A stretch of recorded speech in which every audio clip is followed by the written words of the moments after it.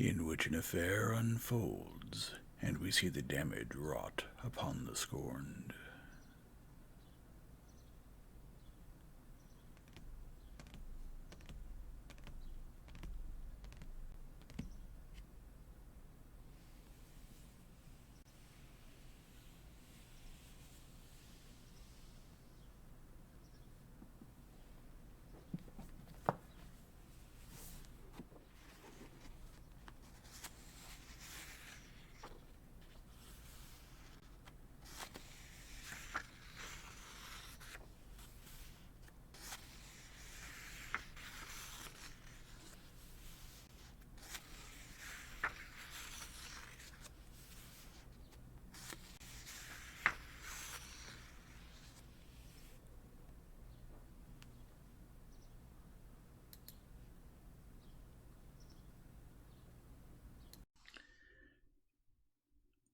Chapter 19.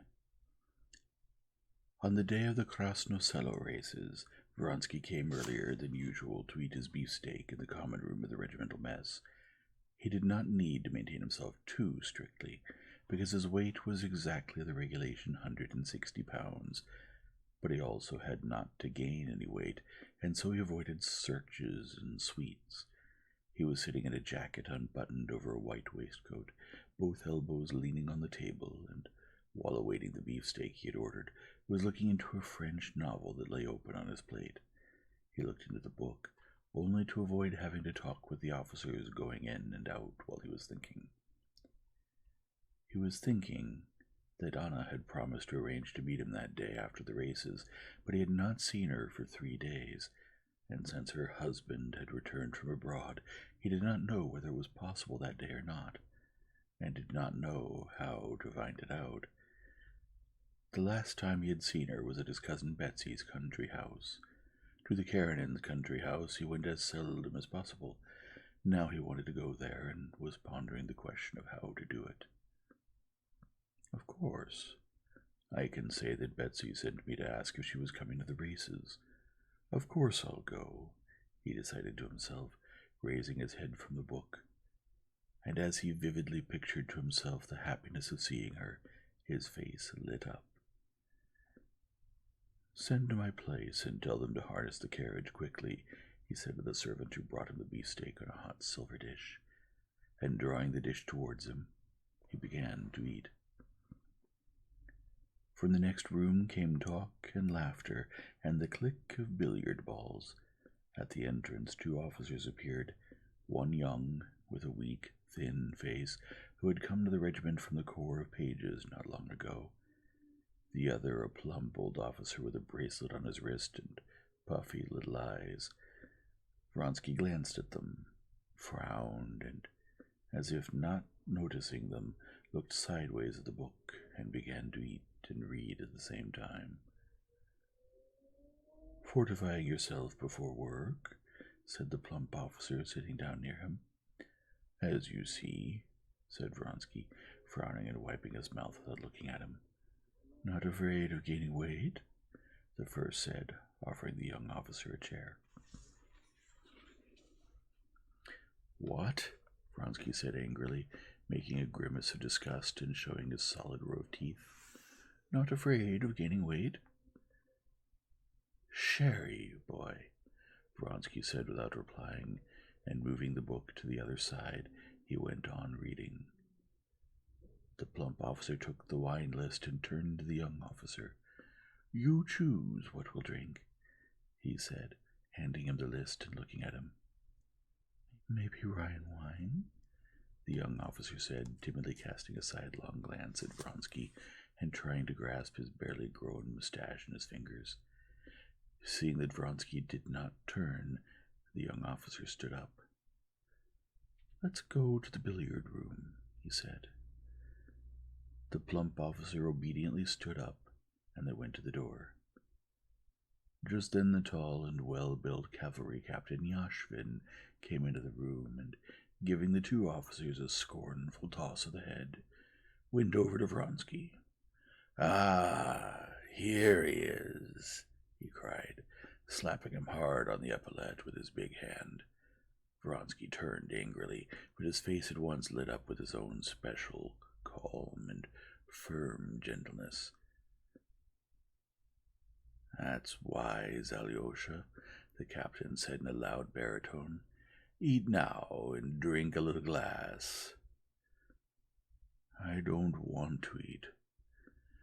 "There go the inseparables," Yashvin added, looking mockingly at the two officers who at that moment were leaving the room. And he sat down beside Vronsky, his thighs and shins, much too long for the height of the chairs, bending at a sharp angle in their tight breeches. "Why didn't you come to the Krasno Theater last night? Numerova wasn't bad at all. Where were you?" "I stayed late to the Zverskoys," replied Vronsky. "Ah," responded Yashvin. Yashvin, a gambler, a carouser, a man not merely without any principles, but with immoral principles. Yashvin was Vronsky's best friend in the regiment.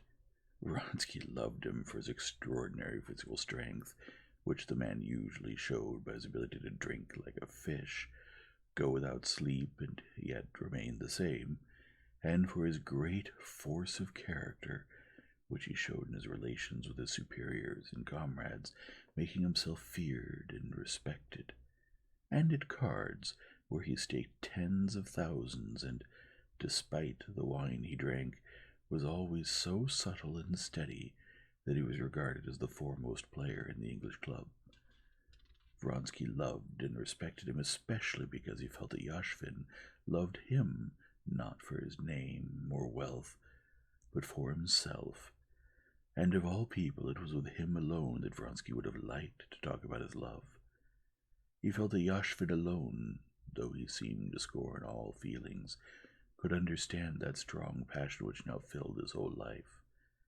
Besides, he was sure that Yashvin took no pleasure in gossip and scandal, but understood his feelings in the right way, that is, knew and believed that this love was not a joke, not an amusement, but something more serious and important.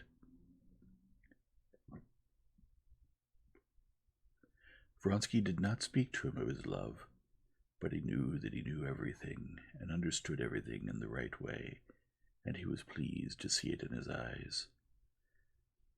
"Ah, yes," he said in response to Vronsky's having been at the Zverskoys, and flashing his black eyes, he took hold of the left side of his mustache and began twirling it into his mouth, a bad habit of his. "Well, and what happened last night? Did you win?" asked Vronsky. 8,000. But 3 are no good. It's unlikely he'll pay." "Well, then you can lose on me," said Vronsky, laughing. Yashvin had bet a large sum on Vronsky. "There's no way I can lose. Makatin's the only danger." And the conversation turned to the expectations of the day's race, which was all Vronsky was able to think about. "Let's go. I'm finished," said Vronsky, and getting up, he went to the door. Yashvin also got up, straightening his enormous legs and long back. "It's too early for me to dine, but I could use a drink. I'll come at once. Hey, wine!" he cried in his deep voice, famous for commanding, which made the window panes tremble. "No, never mind," he shouted again at once. "Since you're going home, I'll come with you." And he went with Vronsky.